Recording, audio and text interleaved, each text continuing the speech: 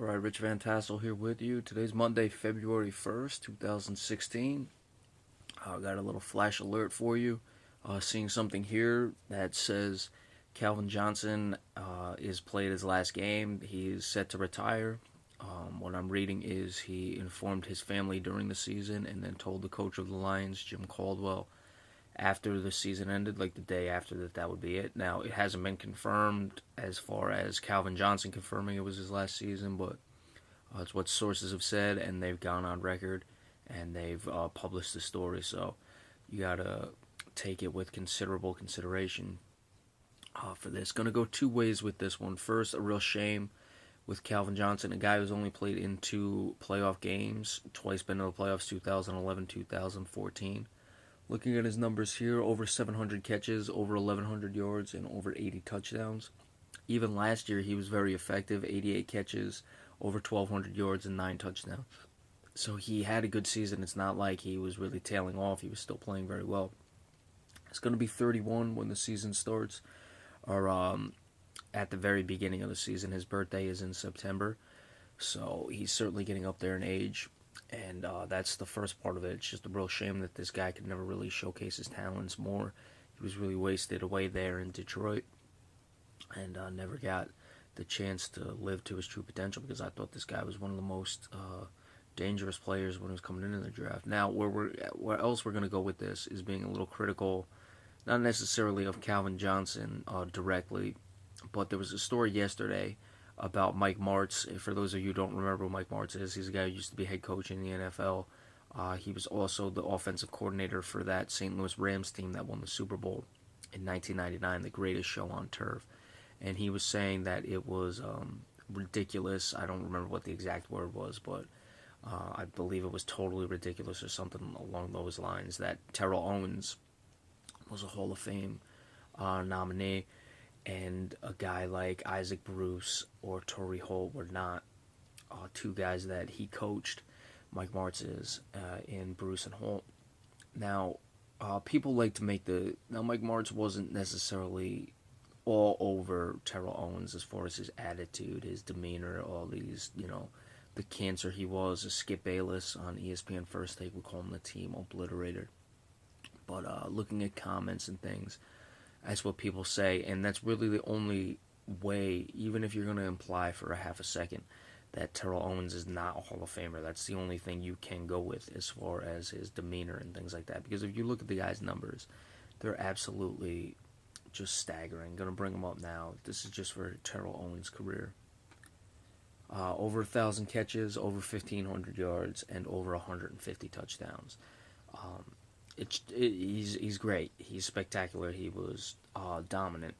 And now this is a guy, and we're going to compare him to Calvin Johnson, because if we're talking about demeanor, Calvin Johnson is a guy who is never really that quote-unquote typical wide receiver. Didn't have, the big ego, wasn't, always showing up his teammates or yelling at quarterbacks, this, that, and the other thing on the sideline. And yet Terrell Owens, the guy who did that, is the one who gets the team obliterator. We'll just use that term. Skip Bayless uses. That means his teams could never really compete, this, that, and the other thing. But looking at it, Terrell Owens went to the playoffs 8 times in his career, as compared to Calvin Johnson, who only went twice. Terrell Owens played in a Super Bowl. He won 4 playoff games. Calvin Johnson never won any. I'm just looking back at TO stats right here. 12 total playoff games Terrell Owens played in, as opposed to Calvin Johnson, who only played in 2, never won any of them. Calvin Johnson did have big playoff games, don't get me wrong. He had over 200 yards in his first playoff game against the Saints. The last one he played was against the Cowboys in 2014. Like 8 catches for 80 yards was, held pretty much in check, but still a solid game. The Cowboys were obviously focusing their entire defense on him, because Calvin Johnson deserves that sort of respect. But I just wanted to certainly make note of that you can say whatever you want about Terrell Owens. People would even get that thought that he shouldn't be a Hall of Famer, but how much did he really destroy teams or obliterate teams, or was such big of a cancer? Yes, Philadelphia, we all know what happened there. Going into that season after the Super Bowl, he completely let his teammates down. He caused problems for really no apparent reason. Now, I'm always in favor of a guy if he wants to get paid, if he wants to, do a holdout, that's fine. Do it. I'm not critical of guys who do that. However, once you report to camp, once you're not doing the holdout, then you just gotta deal with it and move on and hope you get your contract or whatever. But there's talks about what went down in San Francisco and all that. Um, San Francisco, after he left, that team was in turmoil for many years until Jim Harbaugh came along. Dallas, really, I don't remember any big issues as far as, I mean, there was a couple things with Tony Romo and Jason Witten. They all came out and put it to bed. There was the thing with the attempted suicide, the accidental overdose, whatever. I mean, that's something that I think could happen to anyone. Buffalo, nothing happened. In Cincinnati, late in his career, nothing seemed to happen. I played with Cincinnati, I believe, for either 1 or 2 seasons, but it's just, I think people need to start examining things, and it's, again, what we talk about. Just don't believe things because you're told. Don't believe T.O. was this, cancer that just couldn't help teams ever, because you take another very productive wide receiver like Calvin Johnson, who played in only 2 playoff games in his career, but was a guy who was very reserved personally, never was showing anyone up, never had the problems, was never deemed the cancer, was never, the diva wide receiver, whatever anyone wants to say.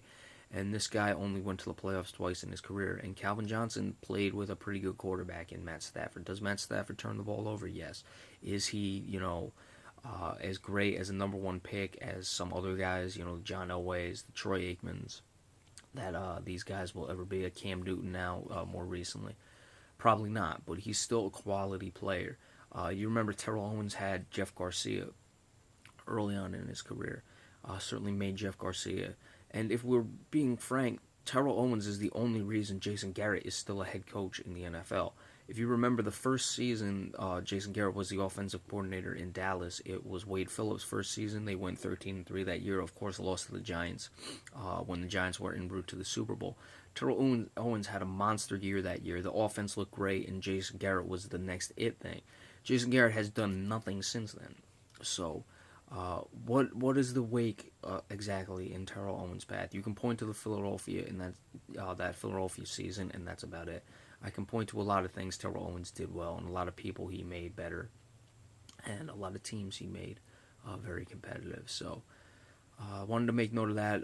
Again, the 2 things, real shame. We certainly wish Calvin Johnson all the best. It's a real shame he could not play in more games and or more playoffs, and certainly showcase what a great athletic ability he could have been, or his greatness. His athletic ability shouldn't be in question, but the greatness that certainly there was potential there for him, and he could never really flourish because he was wasting away in Detroit. And we don't make this to put down Calvin Johnson at all.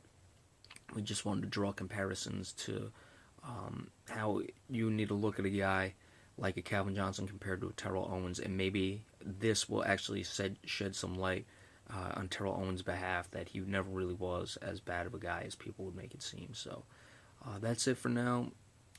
Be sure to stay tuned for any more flash and news alerts. Today's Monday, obviously. Tomorrow, Tuesday, we'll have the weekly NBA report. Probably go over Jeff Hornacek getting fired in that. I don't really know if I'll do necessarily a video on it for a team that's 14-35, but I'll probably just include that in the weekly NBA report. So be sure to stay tuned for that tomorrow, of course, and any other flash news for any topic, sports or around the world, that we come up with for the rest of the week. So thank you all, and have a good one.